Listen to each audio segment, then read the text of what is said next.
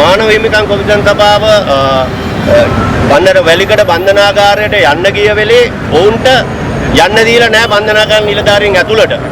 අවිෂ්ක ගයාන් කියන මේ පුජ්‍යලයාව ඝාතනය කරේ නැත්නම් මේ පුජ්‍යලයාව ඉදිරිපත් කරන්න.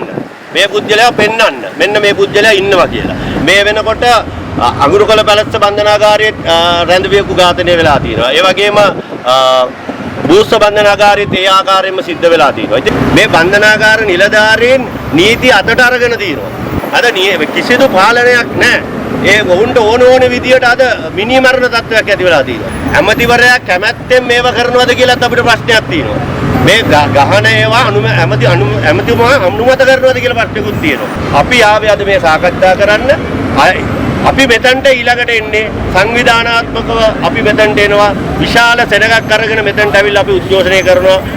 අද දින අපි අත්‍තරම අමාත්‍යාංශයට ආවේ මේ බන්ධනාගාරය තුල වත්මන් තත්ත්වය සම්බන්ධව ඇති වෙලා තිබෙන මේ වත්මන් තත්ත්වය සම්බන්ධව භයානක තත්ත්වය සම්බන්ධව ඇමතිතුමා සමග සාකච්ඡා කරලා මේකට විසඳුම් හොයන්න. මොකද මේ වෙනකොට බන්ධනාගාර නිලධාරීන් ඉතාමත් ප්‍රචණ්ඩකාරී විදියට හැසිරෙන තත්ත්වයක් තියෙනවා. මොකද මීගමු බන්ධනාගාරයේ ඇතිවෙච්ච සිද්ධියත් එක්ක ඒදී නිලධාරීන් කීප දෙනෙකු ඝාතනය වෙච්ච එකේ පලිය ගන්න අද මීගමු බන්ධනාගාරයේ ඉඳන් වෙනත් බන්ධනාගාරවලට ගෙනියන රැඳවියන්ට ඉතාමත් අමානුෂික විදියට පහර දීලා මේ වෙනකොට රැඳවියන් කීප දෙනෙක් ඝාතනය කරලා තියෙන තත්ත්වයක් තියෙනවා. ඉතින් මේ තත්ත්වය මේ භයානක තත්ත්වය ගැන අපි ඇමතිතුමාගෙන් විසඳුම් හොයාගෙන මෙතනට ආවම අපිට ඇමතිතුමා කිසිදු සාකච්ඡාවක් අපිට ලබා දුන්නේ නැහැ. ඒ වෙනුවට අපිට ලේකම්වරයෙක් තමයි බන්ධනාගාර සම්බන්ධ වෙච්ච අධ්‍යක්ෂ බන්ධනාගාර භාරව ඉන්න ඒ අධ්‍යක්ෂකතුමා එක්ක තමයි අපිට සාකච්ඡාව ලබා දුන්නේ. ඒකත් ඉතාමත් කරගාටුදායක තත්ත්වයක්.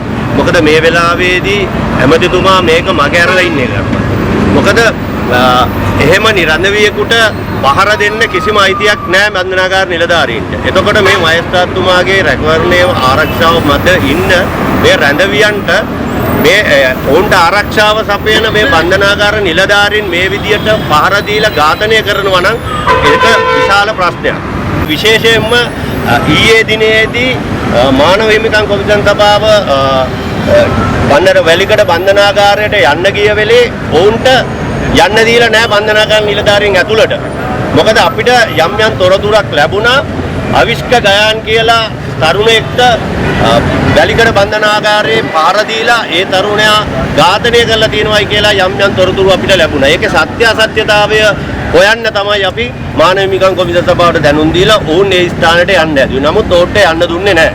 ඉතින් අපි කියන්නේ මේ අවිෂ්ක ගයාන් කියන මේ පුජ්‍යලයාව ඝාතනය කරේ නැත්නම් මේ පුජ්‍යලයාව ඉදිරිපත් කරන්න.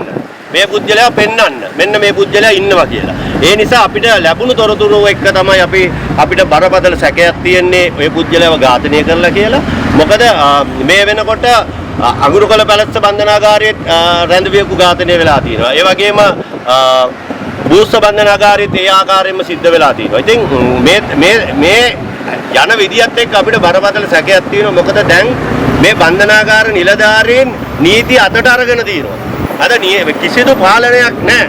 ඒ වුන්ට ඕන විදියට අද මිනි මරණ තත්ත්වයක් ඇති වෙලා තියෙනවා. ඉතින් මේකට ඉඩ දෙන්න නරකයි. අපි ඒකයි කියන්නේ මේක රටට ආණ්ඩුවට විශාල කළු බැල්ලමක්. නමුත් අද ඇමතිවරයා පාඩුවේ තමන්ගේ අපි දන්නේ මොන හේතුවක් මතද කියලා. ඇමතිවරයා කැමැත්තෙන් මේව කරනවද කියලාත් අපිට ප්‍රශ්නයක් තියෙනවා. මේ ගහන ඒවා ඇමතිතුමා අනුමත කරනවද කියලා ප්‍රශ්නකුත් තියෙනවා. මොකද මේවට කිසිම පිළියමක් නැහැනේ. දැන් අමාත්‍යාංශය දන්නේ අපි කිව්වම අමාත්‍යාංශය දන්නේ මෙන්න මේ විදිය දේවල් සිද්ධ වෙනවා කියලා. ඉතින් ඒ කියන්නේ උඹලට ඕන විදියට උඹලා ගහපන් ඕන විදියට උඹලා මේ රැඳවියන්ව වදින්ටෙන්ට පත් කරපන් කියලා අද මේ ඇමතිවරයා සද්ද නොකර ඉන්නවා. ඒ නිසා වහාම මේකට පියවර ගත්තේ නැත්නම් අපි ආවේ අද මේ සාකච්ඡා කරන්න. අපි මෙතනට ඊළඟට එන්නේ සංවිධානාත්මකව අපි මෙතනට එනවා. විශාල සෙනගක් අරගෙන මෙතනට ඇවිල්ලා අපි උද්ඝෝෂණය කරනවා. මේකට ඇමතිතුමා පිළියමක් ලබා දුන්නේ නැත්තම්